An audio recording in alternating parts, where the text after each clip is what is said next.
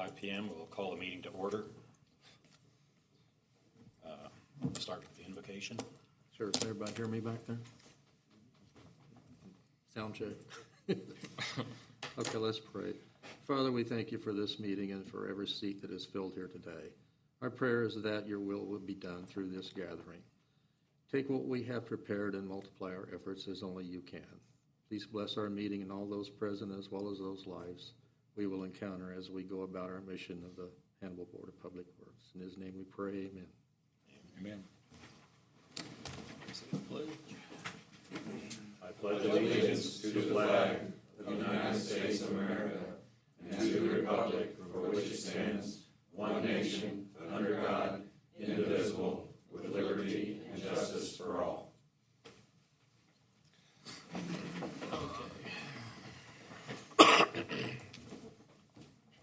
So at this time, the board has a statement that Stefan is going to read.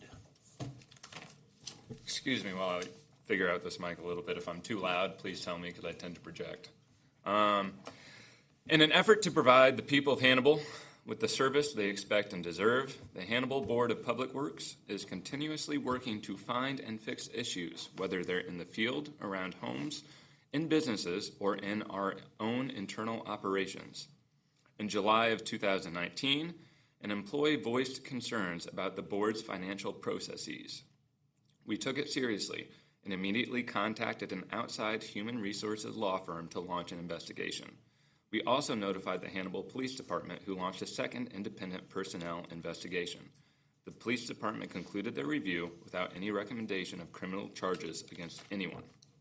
The board has now hired Brown Smith Wallace, independent forensic auditors, to conduct an organization-wide review of the board's financial processes and accounting.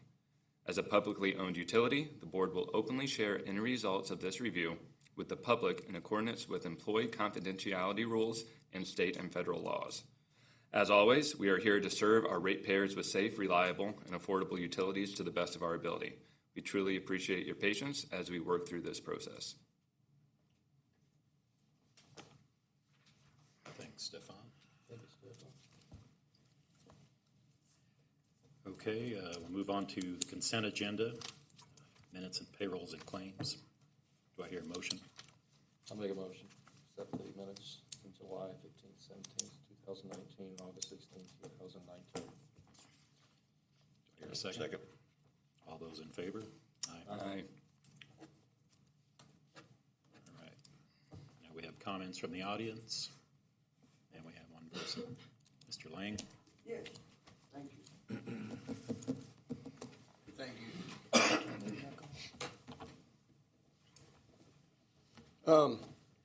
I'm here to make a couple of comments and perhaps a suggestion. Some time ago, I don't remember how long ago, but it was maybe even this year, the Board of Public Works issued a news release that referred to the Board of Public Works as a nonprofit. Now that's accurate, but misleading. And this last news release that you put out said, as Member Frankie just said, that the Board of Public Works is a publicly owned utility. Now that likewise is true, but even more misleading. Ameren UE is a publicly owned utility. Consolidated Edison is a publicly owned utility. What we have here is a municipal utility owned by the city of Hannibal and governed by its charter. And why you all can't come to grips with that is a mystery to me, and it's troublesome to me as one of your owners. And so in the future, my suggestion is that you say, we are the Hannibal Board of Public Works, and maybe we ought to change the name to the City of Hannibal Board of Public Utilities, because that's what this is. And now, why is that a problem? To me, that's a problem because this board answers to no one. And that's why you may be experiencing some problems from time to time. You don't report to the voters that are really the owners or the citizens of Hannibal generally, even those that aren't registered to vote, which in my opinion you ought to do. You send me correspondence every month. And often there'll be something included in that bill that gives me information about maybe what the library's doing or what some not-for-profit corporation is doing in our community and how I can help and so on and so forth.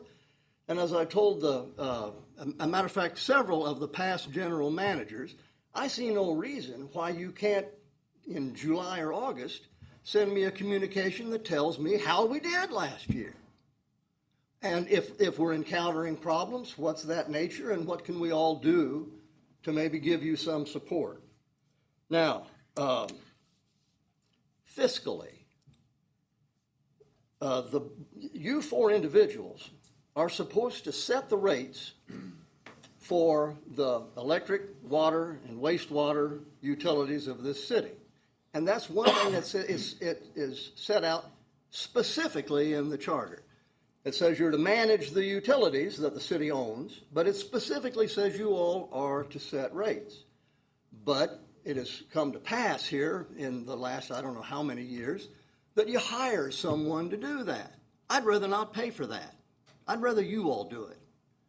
There are dozens and dozens of business people in this community that have that responsibility to not only break even, but in their high hopes to see to it that their business makes a profit. You don't need to make a profit. And so if ordinary business people in this community can do that job, I see no reason why you can't, especially having a CPA as your chief financial officer.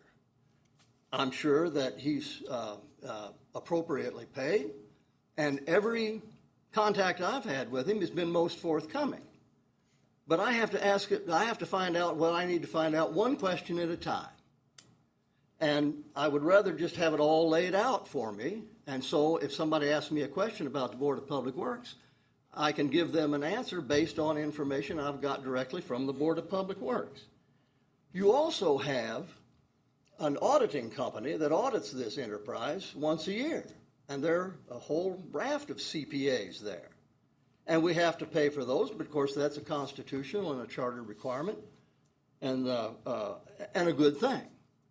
Now, as was mentioned, somebody hired a lawyer. I'm confused about this. I specifically asked under Chapter 610 for a copy of the minutes wherein the Board of Public Works hired the law firm of Jackson and so, and specifically Contessa Brindridge. And the answer came back, those minutes don't exist. So maybe you didn't hire that law firm. Mr. Lang, that's not what your request was. I'd have to go back and look, but you were correctly answered to the specific request you made. That's not the way you made the request. I just recited what the request is, and we can talk about that later on. I believe you're incorrect, but that's fine. Well, often I will believe you're incorrect, and that certainly gives you the right to believe that I'm incorrect, but let me proceed. Absolutely. Now this, you didn't hire John Morthland. You didn't hire Judge Bastian. You didn't hire John Briscoe. Whatever money you spent didn't circulate in our community. And on top of that, you have an attorney working for you. Why you would need to hire a St. Louis attorney troubles me in that it's more money being shipped out of our community, more money that could go to lower my utility bill. And now, according to that news release, we're going to hire a forensic auditor. Well, let me suggest you can't get any more forensic than a lawyer. Everything a lawyer does is forensic. And so if your forensic lawyer couldn't find anything, I question why we are spending more money trying to have a what would it be, third investigation, maybe fourth investigation. It gives the impression that you're going to investigate until you find whatever it is you want to find. And I don't think that the public will have confidence if that in fact is the case. So you have a lawyer, you have a CPA, you have access to other CPAs. Whatever internal financial problem we have, including the members of the Board of Public Works and those 7,000, 8,000, 9,000 of us that own this utility, surely we can do it without throwing a lot more money to the four winds and having it shipped out of town. So with that, I would thank you very much. Not only thank you for the time, but thank you for serving our community and giving those of us who would like to an opportunity to visit with you. So, do I turn it off now? Oh, I can take You can, all right. Thank you, John. All right. Thank you. Thank you. All right. So if everybody else signed up for comments, we'll move on to the regular reports. General Manager and Operations Report. All right, first thing I want to kind of highlight on is the flood prevention and cleanup. Wanted to let you know that we've spent roughly $140,000 fighting the flood. Back in July, Marion County was included in a presidential disaster declaration. So we'll be working with, in conjunction with the city to submit the necessary paperwork to seek reimbursement for those costs. As you may have seen on the news, Rawls County Water has got their plant up and running as of last Friday, and so we've lost roughly 500,000 gallons a day production in the plant. And Matt, the loss of Rawls County water was factored into our water increases over the course of the next few years. That's my understanding, yes. Okay. Abe, could you speak to that a little bit? Yeah, we actually sold water to Wallace County throughout July and up to the present time. I did not budget any revenues from Wallace County in fiscal year 20, so it actually shows that there's a favorable budget variance in July. We'll talk about it in a few minutes. Thank you.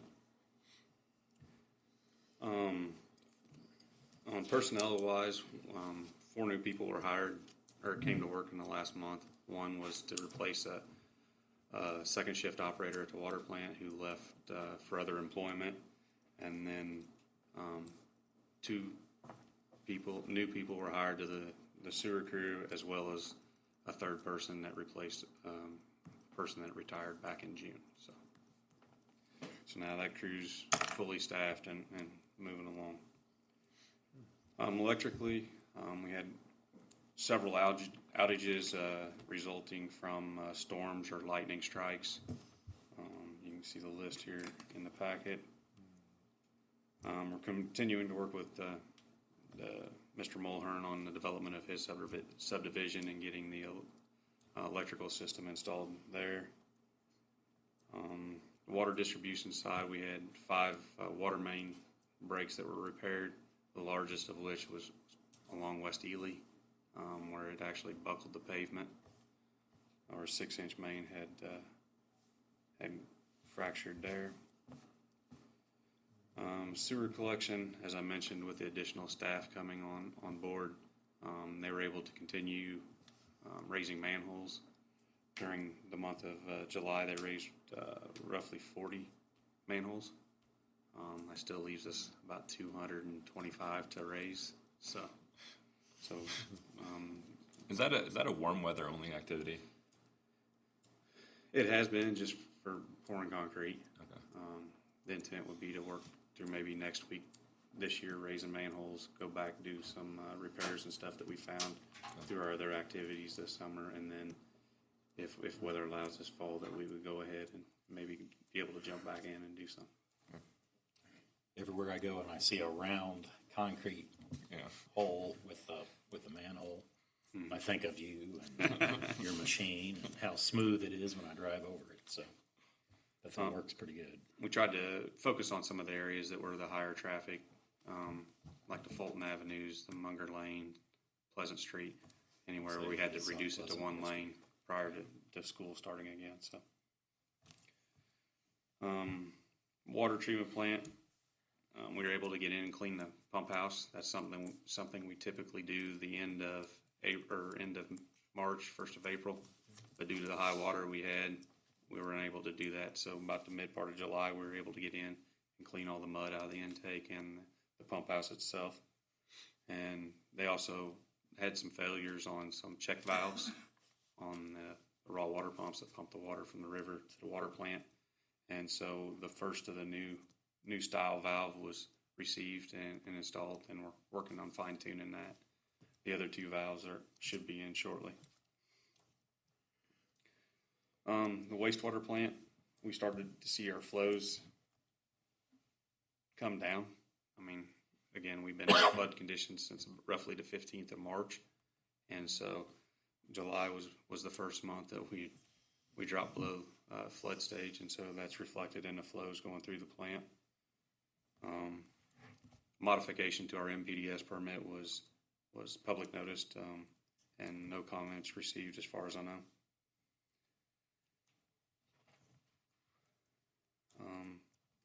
Matthew Jones has been working on the automated meter integration upgrade. I don't know, he's got quite a bit of verbiage in here. Is there anything you'd like to say about it? We're continuing the process. There has been some setbacks, like I mentioned in here. I apologize for that. There have been some setbacks with delays. Some of the equipment didn't arrive on time. We're having some other issues with getting some metering data. However, the vendor is still on the timeline, still feels that we're going to meet our integration deadline with our billing software provider as well. But the bottom section of there, I also mentioned about they're offering to perform the meter install for us in mass that you had requested some information on. And we can go into further detail if you want to, but just to give you an idea of their overall cost versus what we can do it for. So, not asking for any sort of recommendation at this time, but just wanted to give you those figures so you can think about that if that's a possibility. Awesome. Thank you. Yeah, 786,000. Pretty pricey. A lot of money. Yeah. We also were able to complete the phone system upgrade July 17th, and with minimal disruption. It's taken a little bit of time for everybody to learn the new system, but it's working well. That's all I've got for the report, unless you all have any questions. If not, we'll go on to the financial report. If anyone messes up the microphone, I think it's going to be Abe. You're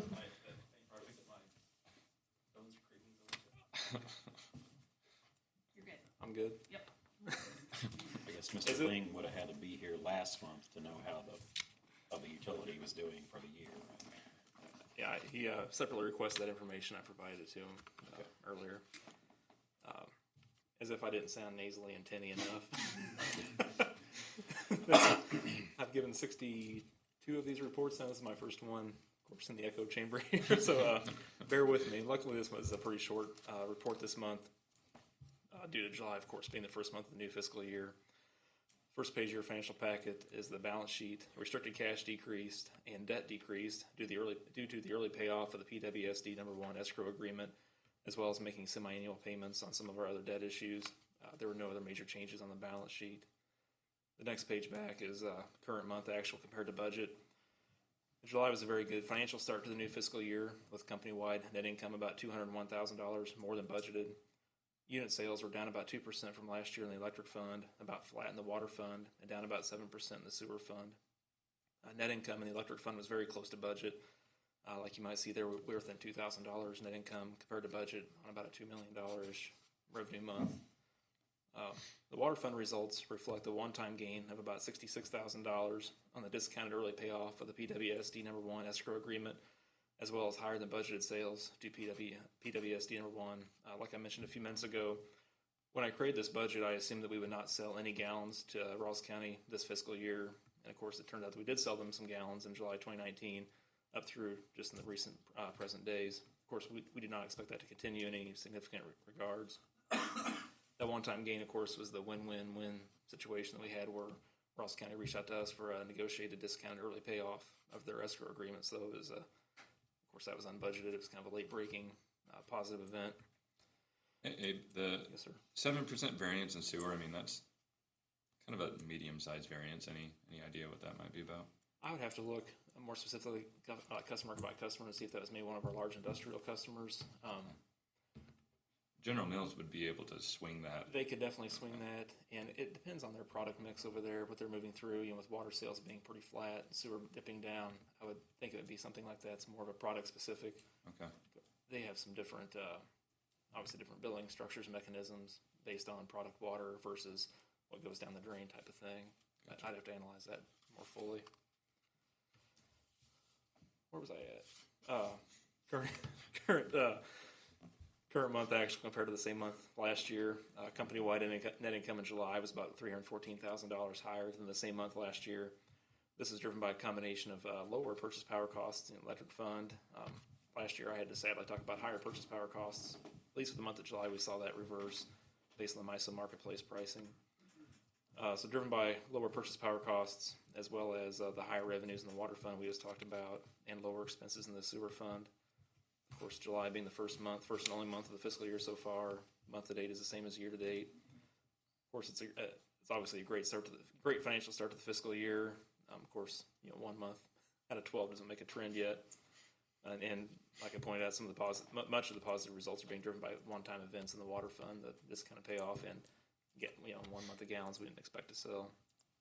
And then everything else there is the dashboard, investment listings, stuff like that. Cool. I'm still getting used to this. I hear myself. Anyway, any questions or comments? I guess we had the adjustment in this last month for the change in the reserve target, right? Yes. So that's why It reflects the drops down, but the number is actually still going. the raw or absolute number of reserves, of course, increased slightly. I have the minimum and maximum in there. Try to give you guys more of a concise presentation of that. It was getting to be too many numbers, even for an accountant. So I thought just kind of having minimum, maximum, and actual might be the better way to look at that. I like that. I hid from view there all the underlying algorithm and drivers of that. I forgot. What was the percentage rate on that loan from the electrical department? On the one to stormwater, 2%. 2%? 2%.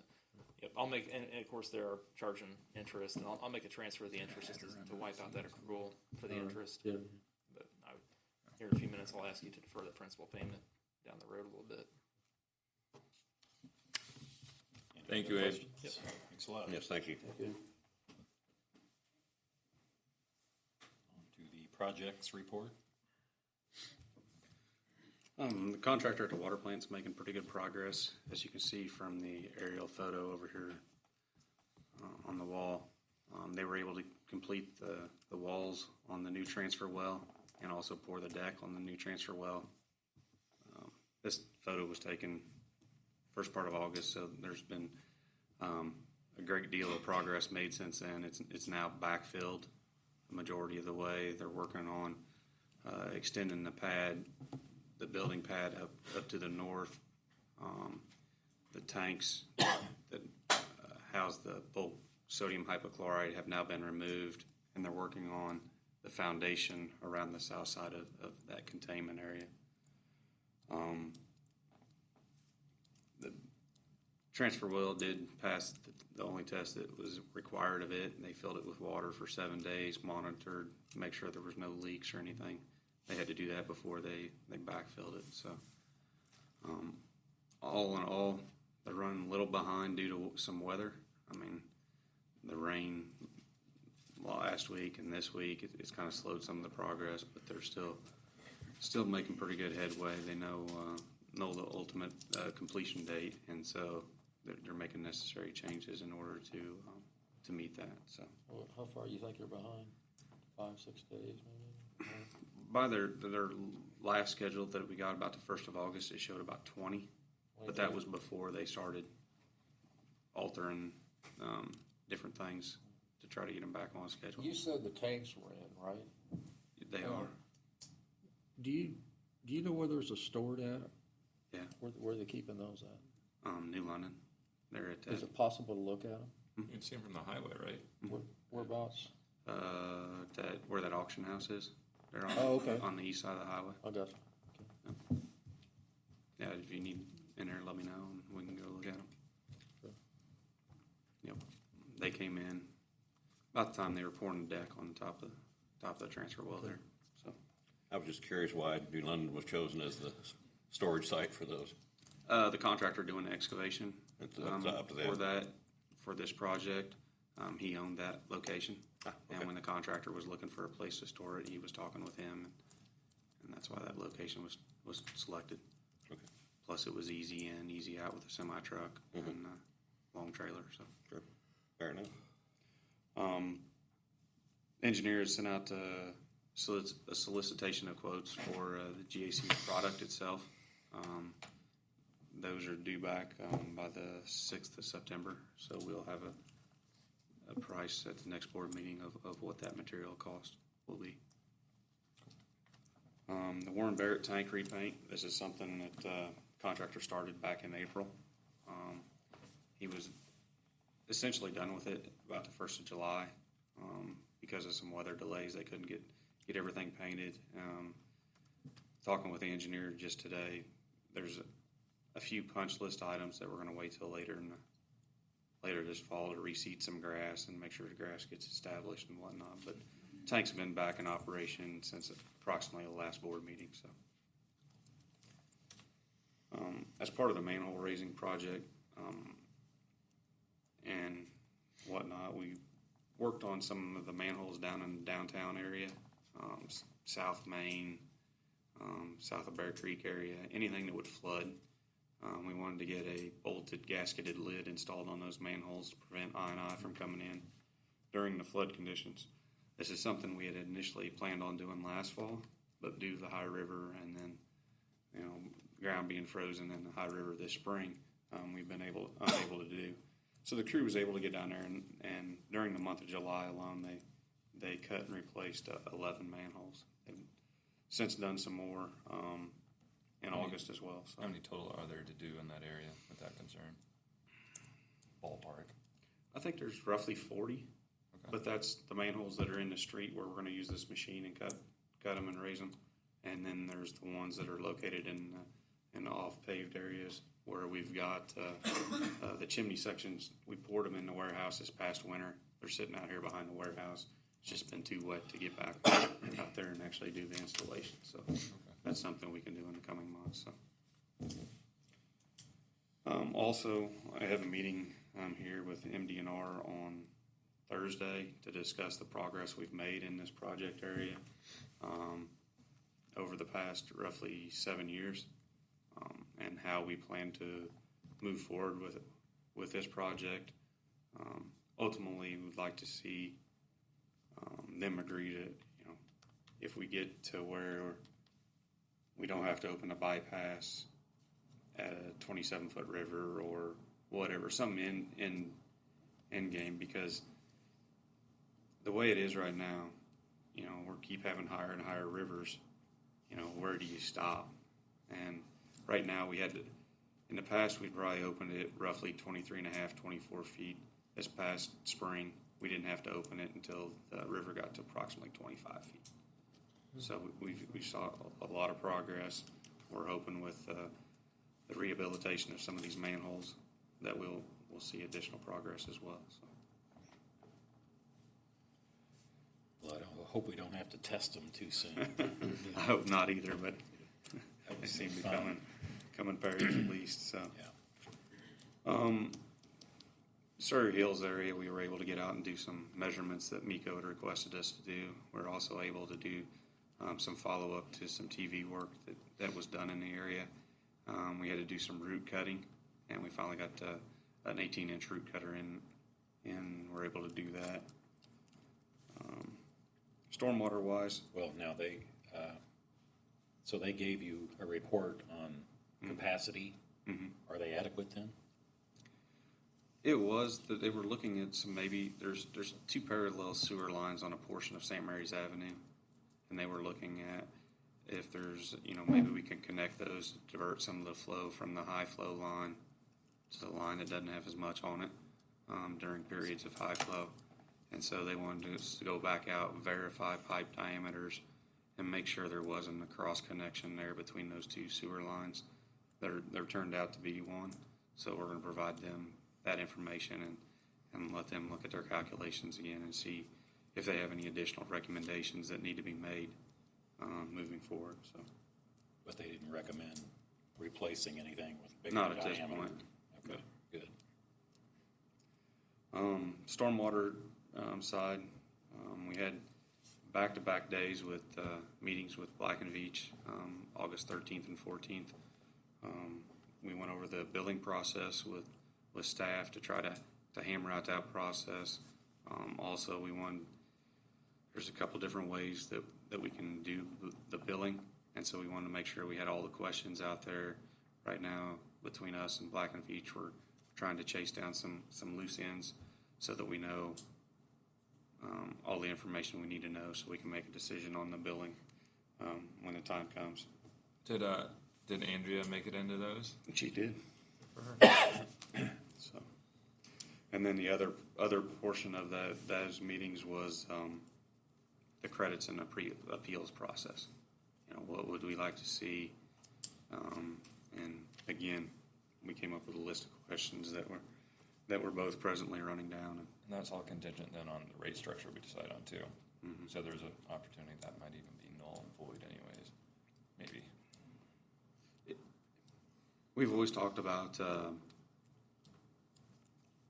commercial being built on impervious area, Yeah. so the credits will probably still be there. Okay.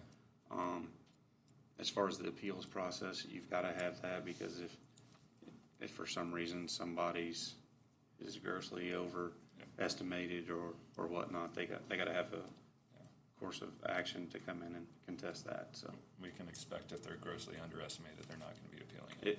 If they're underestimated, they're not going to appeal. It's just those that may be overestimated. Okay. On the Martin Street storm sewer, PSBA's got a set of plans.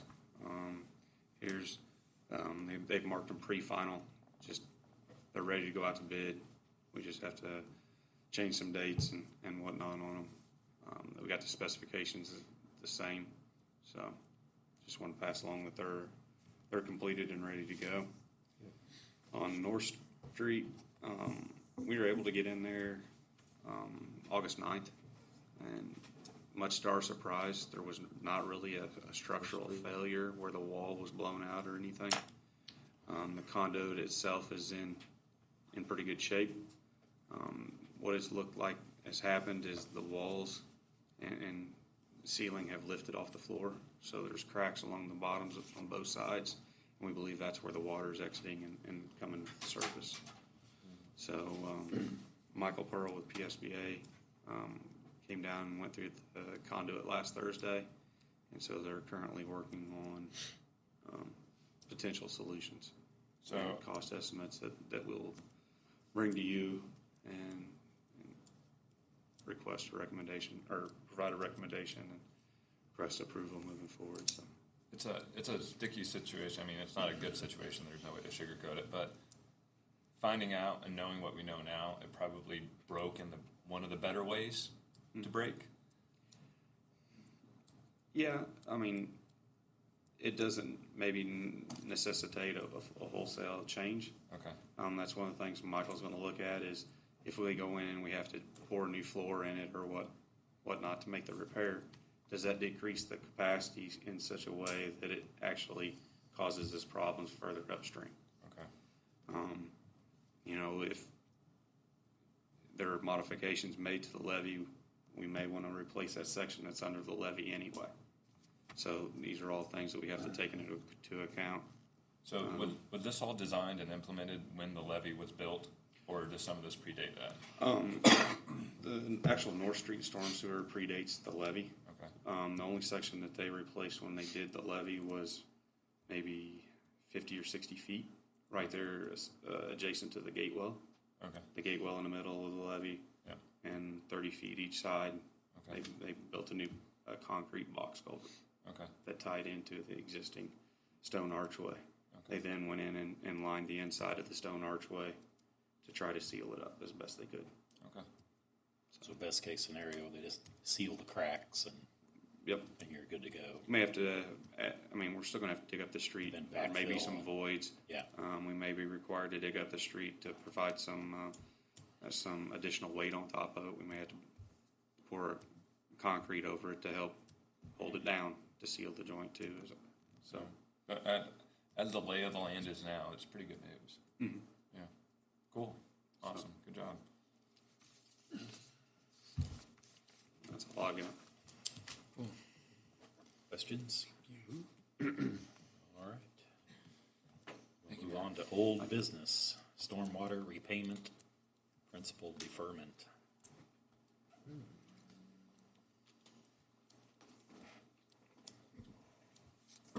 The sophisticated term for this is kicking the can. So we're, due to lack of funding presently in the stormwater utility, we need to preserve what cash remains, I believe, in that fund. And that would, part of that would be deferring the principal payment on the interfund loan, basically to add to the balloon payment at the end of this loan term. Same thing was done a year ago. I have some little background wording or data on the interfund loan. It was $1 million startup capital electric loan to the stormwater utility in August 2017. And we had, in hindsight, it turned out to be some unrealistic estimates of when we would start collecting revenue, and that hasn't panned out yet. So with that said, management requests that the board authorize us to defer the principal payment on the August principal payment on the loan. You guys have any questions or thoughts? Or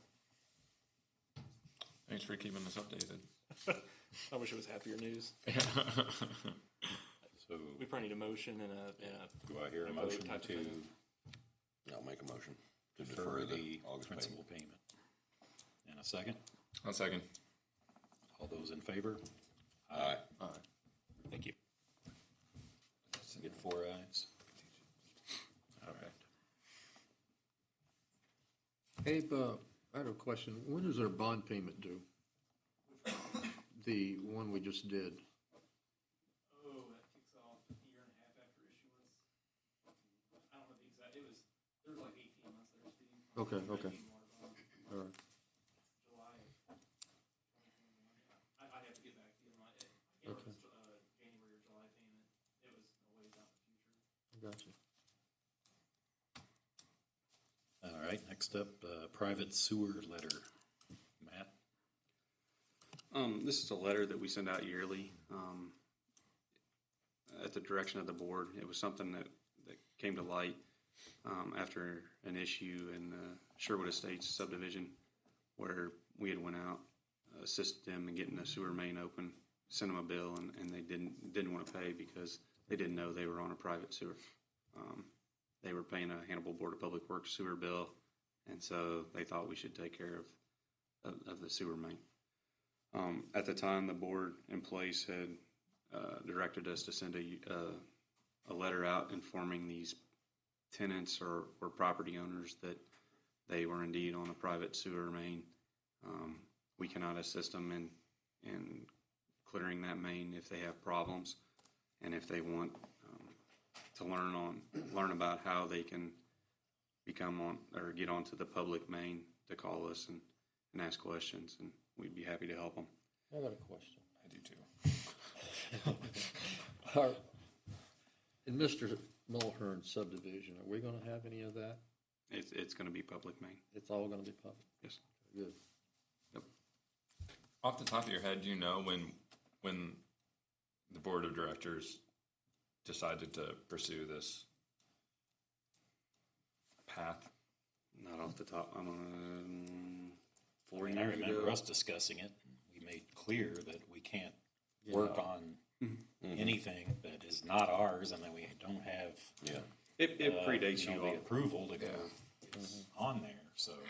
I think the main intent of the letter was, if I'm living in a house and move out, I sell the house, I don't disclose that it's on a private sewer main. The people that buy it don't know it. They have a problem. They call us and wanting us to fix it.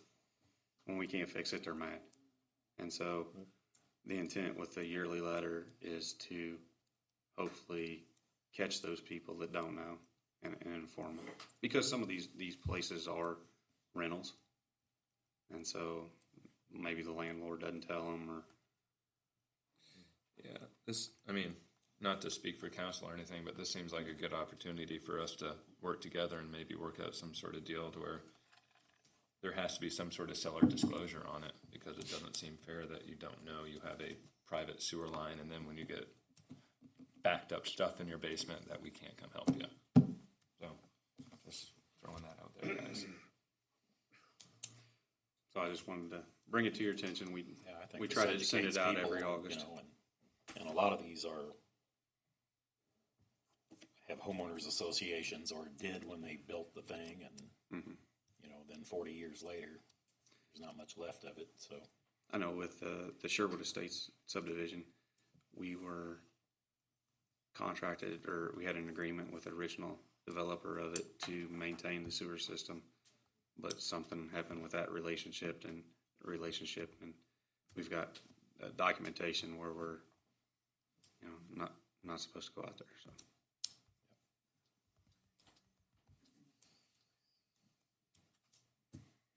Any other questions? If not, we'll go on to new business. First up, union negotiations. Kenny Garcia and James Ulis.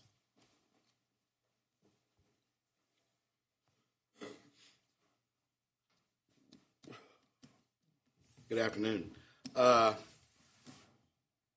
Last month, we had a union meeting where we sent a letter to the board requesting that they open the contract for union negotiations.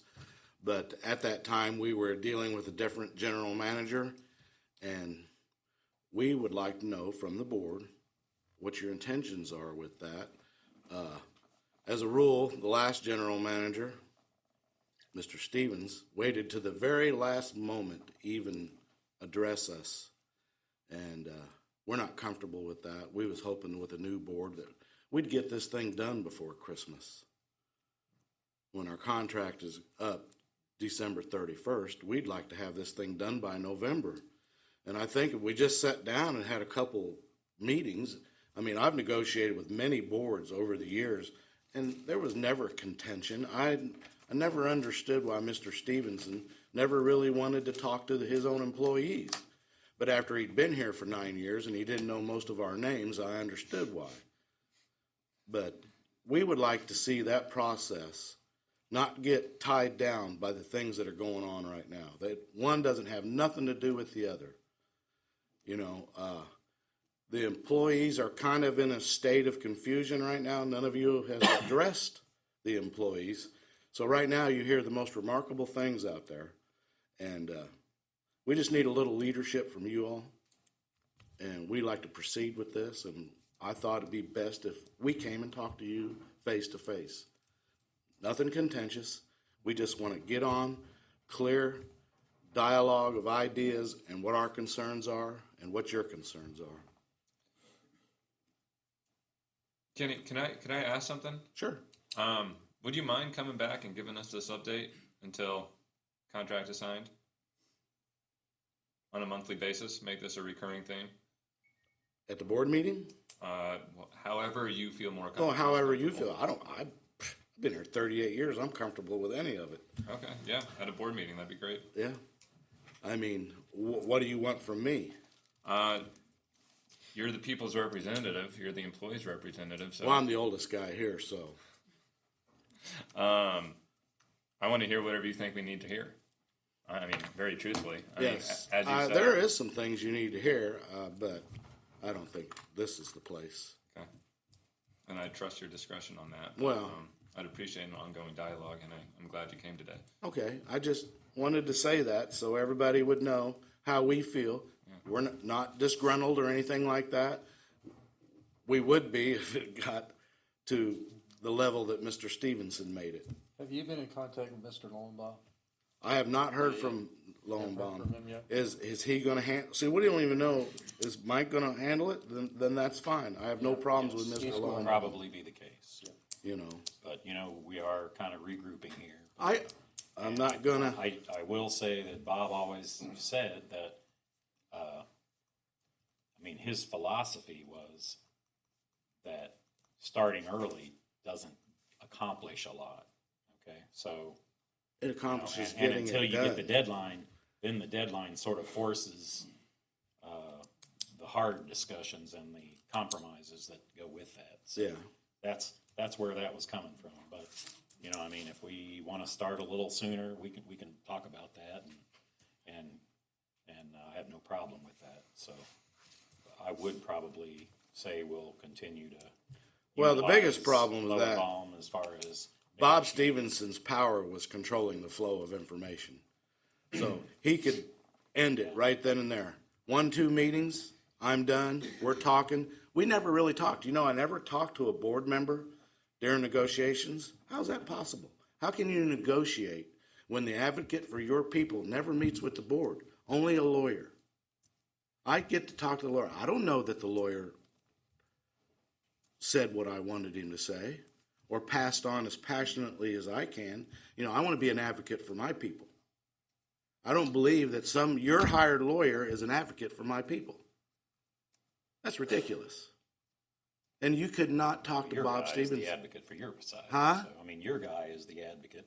Yeah, but if I don't And this talk to other the guy board, is- And it kind of helps to funnel things, so you're not getting 4 answers to one question, too. So, I mean, there is a certain amount of uniformity that goes on with that. well, the last 2 negotiations, the whole time that I've I haven't been at been the through board, one, so yeah, we had to have a talking- labor I'm relations just guy come in throwing this out. But, and help it out because, well, I mean, that happens, so.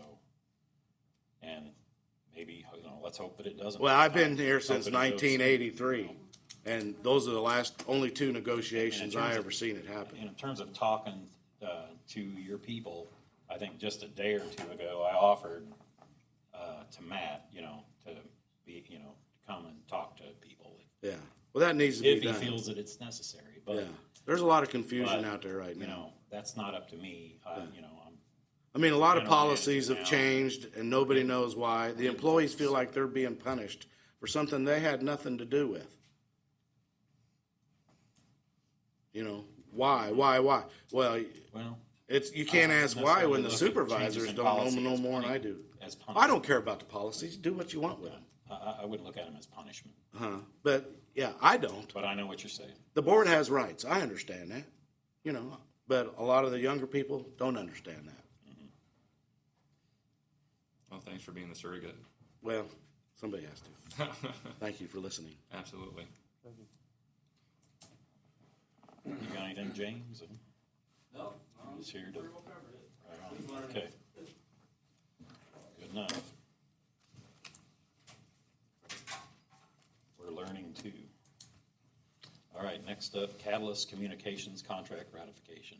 Yep, there's no name next to it, but that is me.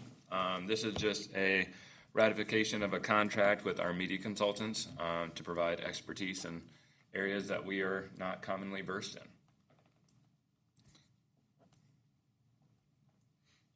Okay. And so we are asked to, I, as the board's appointed representative in this matter, I signed the contract myself, but per James's advice, he thinks it's a good idea for the whole board to ratify it. And that's what I've never done this before, so I'm asking for a recommendation. The issue was that I'm recommending the that. vote for Stefan to seek a consulting firm was done in closed session, and I believe it's best to let people understand what's going on, show those contracts publicly. He did, pursuant to your all's vote and discretion, go ahead and sign that. However, they understood that it was going to be subject to ratification, so if you, the board, think it's a bad idea and don't like it, we can say stop and not go forward with it. But that was the idea, was to keep everything public, make sure everybody knew what was going on. that's fine. And this is a there is no not to exceed, it's just an hourly fee. Hourly fee. There's an hourly fee, and they're gonna send updates on a weekly basis. Okay. All right, do I hear a motion to ratify this contract? Yeah, I'll make a motion. Second? I'll second. All those in favor? Aye. Aye.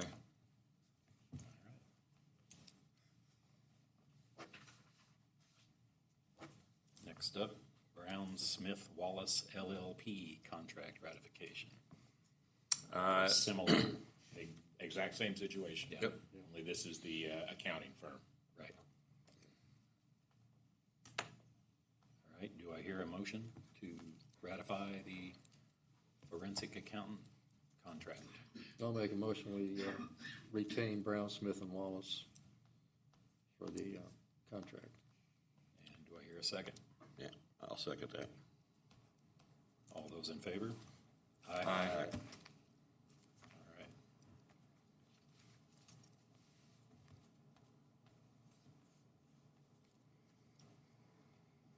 I guess to speak to Mr. Lang's problem with going local, we felt that an impartial was the way to go, and that the local was not going to be. I think that's an accurate assessment of your all's discussion, which was the mindset. There would certainly be those who would say that there was an attempt to hire an insider or do cover up if you didn't hire a completely independent third party that had no contact with the city of Hannibal in any way. His remark was refreshingly caught me off guard. Yeah. All right, next up, Bear Creek Dam permit. All right, Matt. As part of the maintenance of the Barrett Creek Dam, we have periodic inspections from both the Army Corps of Engineers and the Missouri Department of Natural Resources. We have a permit through the Missouri Department of Natural Resources. They come every other year, do the inspection, and reissue the permit.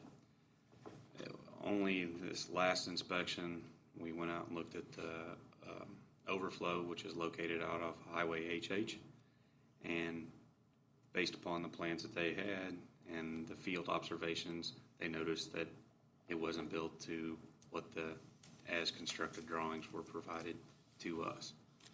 When was it built initially? 62? Okay, so was this a new guy that figured this out, or? No. Okay. I don't think that they've been permitting it the whole time. There was some, I think it's been the early 2000s since MDNR started permitting it. But sometimes you don't go out and look at the overflow. I mean, Yeah. it's kind of hard to get to. This is a safety issue, right? Yeah, they're just worried about, based upon the hydraulic modeling that the dam overflow was built upon isn't true. So they're worried about, can enough water get away that it doesn't overtop the dam, cause catastrophic damage downstream of it. Right. So back in late March, early April, we went out. We had Townsend Tree Crew go out and clear some area that they wanted to do some survey work done on. At that time, we also had staking of the right-of-way that we had obtained back when the dam was originally constructed, located as well. Based upon those calculations, they did find that the overflow isn't built to hold the capacity that it was originally designed as. Because of that, they put some restrictions on our permit. We're only allowed to maintain, I think it's a level above 545 elevation for a period of 30 days. If we extend it beyond that 30-day time frame, we're required to submit a construction permit request and modify the overflow to the proper dimensions that would allow hydraulic modeling to show that it has the capacity. I just want to bring this to your attention because there are some financial implications. They're requesting that we are requiring prior to our next permit renewal that additional trees and vegetation be removed from the overflow, and also some silt that is settled in the bottom of that be removed. Next permit will be renewed in 2021 or February of 2021, so it'd be something that we'd look at doing sometime during, either construction season next summer or fall. So, Is the silt removal going to be intense? I don't imagine the tree removal is, but the tree removal we could probably do if we can use Townsend again. We might be able to get away with that. Depends on exactly how much they're wanting done. The silt removal will probably be something that we'd look to hire out. okay. Somebody, some engineering to where we had some grading plans set up to, maybe we bring somebody in with scrapers or dozers or whatever and can get down to what they're requesting that we have. So I do not have a cost estimate at this time. I just wanted to, this is something that we received back in early June, and we didn't have wasn't able to bring it to you last month, so I wanted to put it before you. That way, when we do budgeting this spring, that we'll have to budget for these additional items. So. Cool. I'm going to say it's not on this year's budget, so it'll be done July of 2020. wait till July, ma'am. Okay. And I think if we, It'll be dry then, hopefully. hopefully, You don't see any problem controlling that level at 545.0, do you? we haven't had an issue yet. You know, if we have an extended period with high river level, we're getting river influence back up Bear Creek, and we have some exceptional rain events here. There's the potential that we may want to hold water back just to prevent additional So flooding. It's gonna happen during flooding season. Yeah, that's when it would happen. Yes. So that would be the alternative, is to stay below 545, but then you We have to do. create some more issues downstream. We still have to do the clearing of the vegetation and then do the silt removal. Yep. Yeah. And this is something that I will bring up with the Corps of Engineers as well. They're aware of it. They're digging through their files, trying to figure out why we have a set of plans that said it was constructed this way, when in fact it was not. So, and there's been talk between DNR and the Corps of Engineers as well. So, Is that 1962? Is that pre-DNR? I don't know when. It was pre-me. Yeah, me too. It was. I was born in Almost 62. 60 so- years ago. Yeah. Statute of limitations on that. I mean, it was something And that, that's a We flip can't go question, back but and to- sue if that's what but- you want. Well, no. I mean, at some point, there's got to be some kind of realistic, how far back can they go and bust your chops about stuff that, Yeah. you know, you're talking about stuff that predates almost everyone that's working here or has any contact with it even being alive, let alone any kind of professional capacity with the city. and then the thing was, it was constructed as an Army Corps project and given to the city to maintain. So, I'm not saying it doesn't need to be fixed, I'm just saying Yeah. it seems a little bad to beat you all up about it. it's more of a public safety issue now. They don't want to have the dam over top, and then How close to the top is 545? That's some serious water it's a there. ways from the top. Yeah. It's not right up at the top, so. Okay, but we don't need to do anything about this, right? This is informational? That is correct. Okay, that's good. Any other questions? Top of the dam's 584, Okay. Got plenty of room. 40 feet. Plenty of room. Very good. Moving on, we'll go to comments from the city attorney. Were y'all needing me to argue with somebody else? I have no additional comments. No. I don't know. General discussion? I have nothing. No general discussion. That's good. In that case, I guess the next item is to go into closed session. I will make a motion pursuant to section 610.021, paragraphs 2, 3, and 12 of the Missouri Sunshine Law. The meeting shall convene in closed session to discuss real estate personnel and contracts, admitting James, Matt, Abe, Courtney, and Jared, And us. and all of the board members. All right, thanks for coming, everybody. Roll call vote. Yeah. Do I hear I'll second it. a second? Yeah. All those in favor? Aye. Take a short. After a short, yeah. Boy break. After a short recess.